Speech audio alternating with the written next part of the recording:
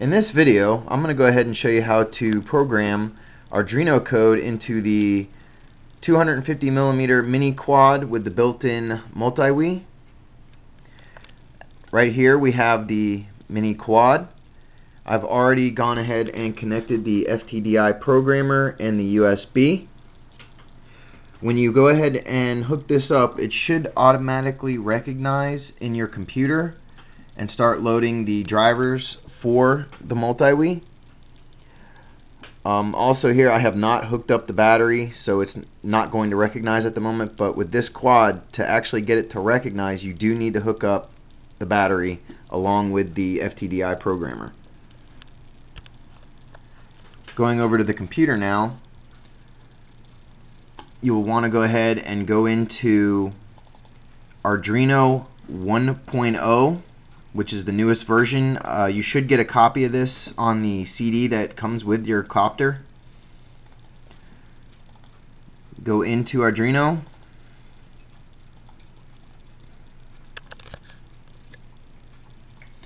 It'll bring up a little window here. It's your sketch window.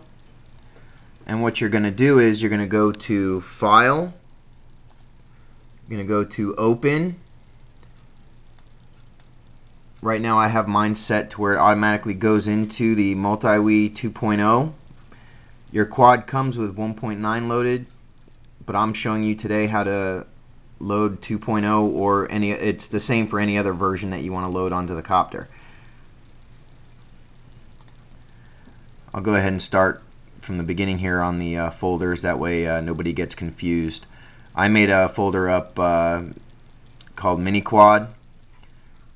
I put all the programs in there. I got the 1.9 and I've got the 2.0. I'm going to go ahead and click on the 2.0 pre-version 1. It gives you two folders. You're going to go to the top folder and it gives you a list of different files.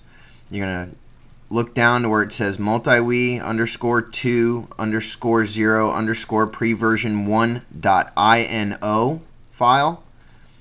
You click on that, it'll bring up a second window.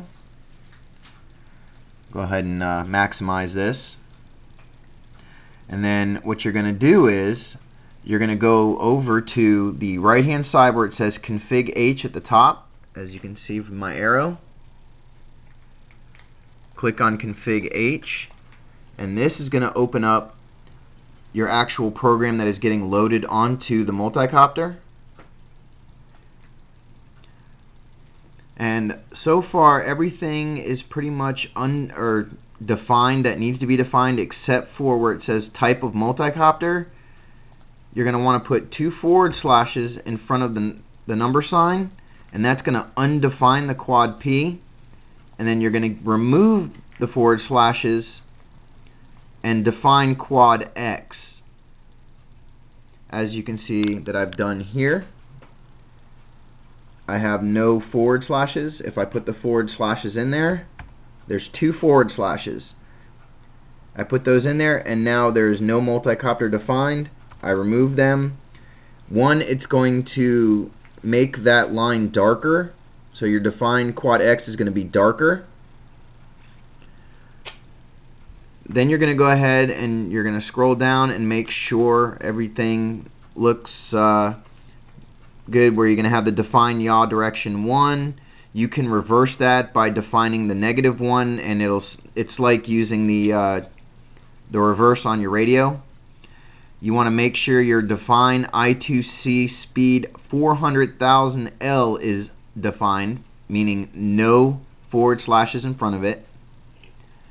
You want to make sure your define internal I2C pull-ups is defined. You scroll down. Under, if you use specific sensor board, as you scroll down here, specific sensor board, it gives you a list of boards that you may have, because you can use this program to program just about any other multi-Wii, actually all other multi-Wii program or control boards. Now on this one here, you want to make sure that the define is free IMU version 035_BMP. That is the one that you want defined. Then you're going to go ahead and scroll down and make sure that where it says ITG 3200 and ITG 3205 low pass filter setting, you want to make sure that it's defined under ITG 3200 LPF 42 Hertz. Now you can change this to 256, 188, 98, 20 or 10. I do not recommend using the 10. It also specifies here only in extreme cases. This changes the sensitivity of your sensors, of your gyro sensors for vibrations. The lower the number, it's going to accept more vibrations and not give you the jittery quad. The higher the number, it's going to accept less vibrations and you're going to get a more jittery quad if you have a lot of vibrations and things aren't set up right on your quad. But for now, go ahead and start off at 42 Hertz. Also, when you change this, if you go back and you change this, you need to start with the stock settings and go from there again. And then you'll go ahead and scroll down here to where it says motor stop. It says define motor stop. Remember, if you do not have the forward slashes, then it's defined. If you define the motor stop, then when you arm the copter, the motors will not spin at startup. If you undefine it, your motors will spin at startup. So it just depends upon how you want it. You pretty much leave everything else alone, and after you've done that, you go up to the top where it says tools. You kind of want to do this. Actually, I went out a step here. One of the first things you're going to want to do is go to tools, check your board, and make sure, see it says tools, board, make sure it says Arduino Pro or Pro Mini 5 volt 16 megahertz with at Mega 328. That's what you want selected. You also want to make sure your serial port is selected, which is your COM port. Could be 1, 3, 5, 10. Everybody's computer is different. But getting back to, once you've done all the defining, you're going to go to Sketch. You're going to go to Verify and Compile. Right here under Sketch, Verify and Compile. You're going to click on that, and it's going to go ahead down at the bottom here, and it's going to say compiling sketch, and then it's going to give you a little green bar on the right side. Takes about anywhere from 30 seconds to a minute, which this one's about done. Or actually it is done. It says done compiling.